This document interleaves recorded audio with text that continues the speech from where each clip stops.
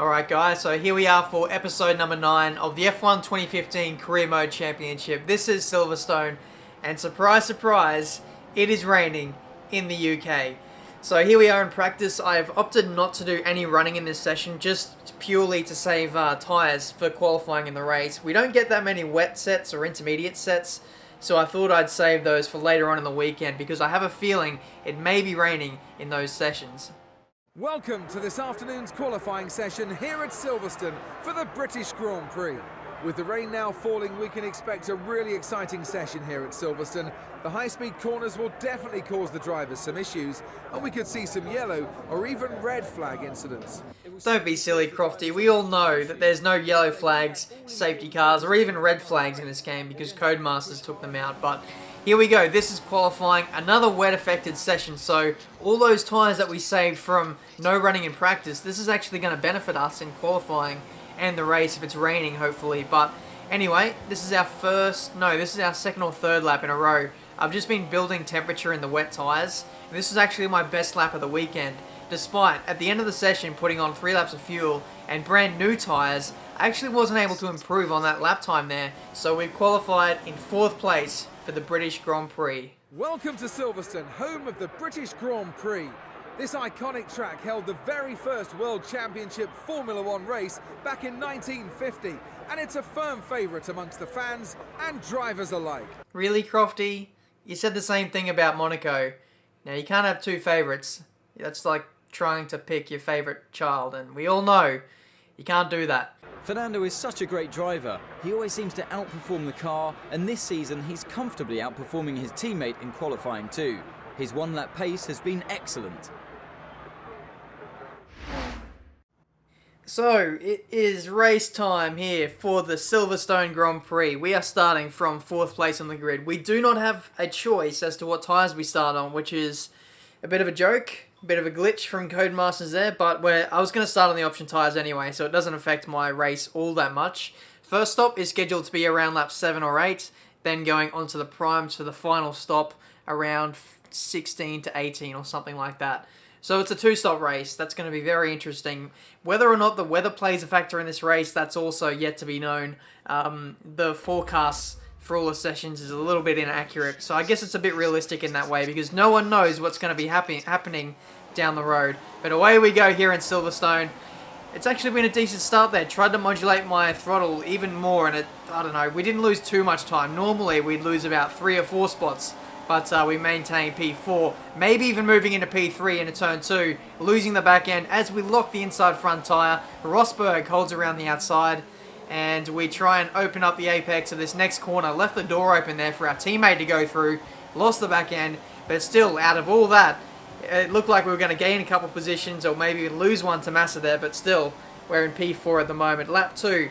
There's a bit of a squabble going on for the final spot on the podium. Raikkonen gets in front of Rosberg, and this little battle here has opened up an opportunity for us. We're going to go up the inside of Rosberg now into turn 2. He's going to hold around the outside. No, it's not done yet, so we maintained 4th, but crucially we get a better exit coming onto the straight now, and Rosberg, wow, left the door completely open. We move into the podium now, but Rosberg is not done yet, coming into Copse, or almost made the move stick there. He just wasn't quite alongside me enough to go up the inside there. We shut the door quite hard there as we turned in for the corner, and look at that, we almost made wheel-to-wheel contact there. Lucky Rosberg backed out of it, otherwise that would have been an almighty crash. I'll tell you what, that was very, very lucky there. Lap 4, Raikkonen is now under attack from us as we go up the inside into turn 2. Once again, this seems to be a good hunting ground for us. Raikkonen, as did Rosberg, sort of left the door wide open there. I'm not a fan of how the AI just sort of let you go through. They're a little bit too gentlemanly this year when it comes to defending their position on the racing line. But apart from that, the AI are actually really good this year. But anyway, lap 8, we're scheduled to come in on this lap, and we are. I was waiting for Hamilton to make his move into the pit lane, but it seems like he hasn't come in yet. So, a bit of a, I don't know, a strategic error from Mercedes possibly. They're leaving us to undercut them. So if we put in a really good lap here, we could jump Hamilton. He was only 2 seconds in front of me here, so a good pit stop and a really good outlap, and we could potentially have the lead of the British Grand Prix. We're going to push like crazy now, qualifying laps until Hamilton comes in. The very next lap, he's not come in.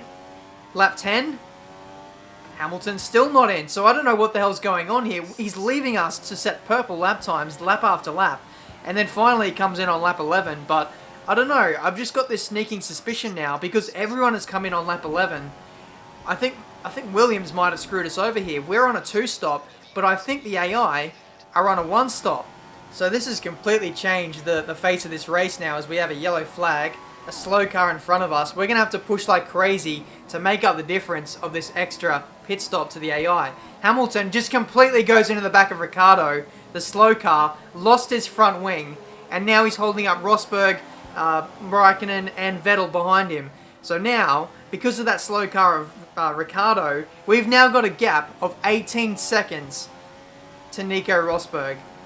I just thought 30 seconds ago our race was over. We were going to finish 4th at best. But now it looks like we could potentially win this race now, because Hamilton has completely screwed up once again. Just like in Austria, he can't stay away from slow cars.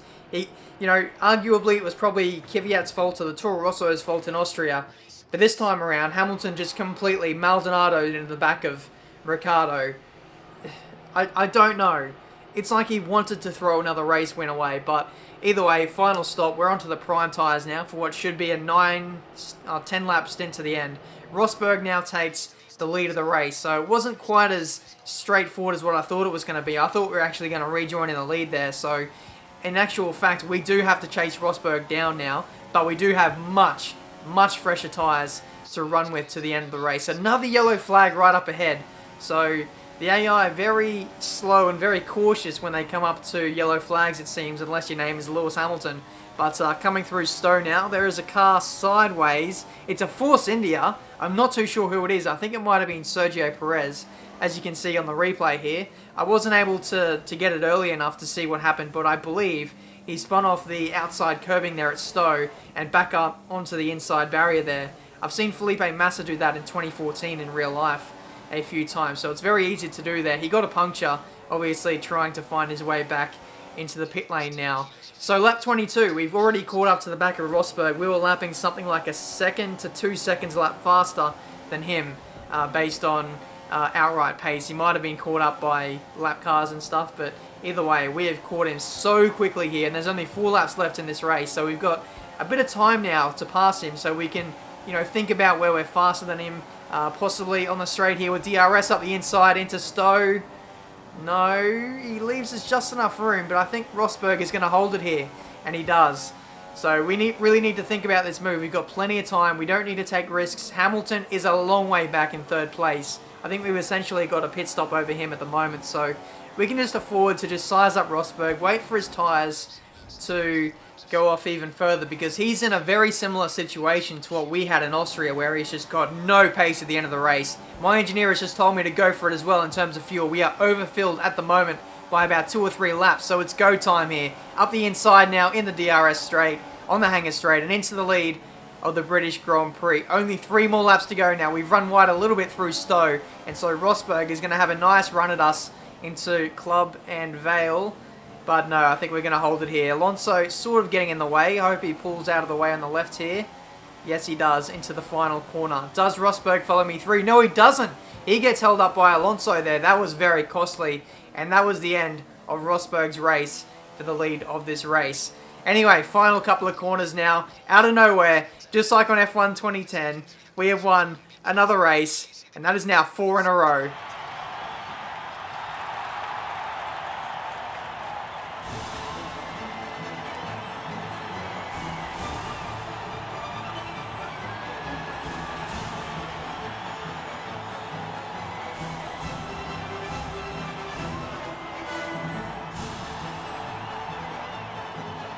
Sir Frank Williams will understandably be delighted with that result.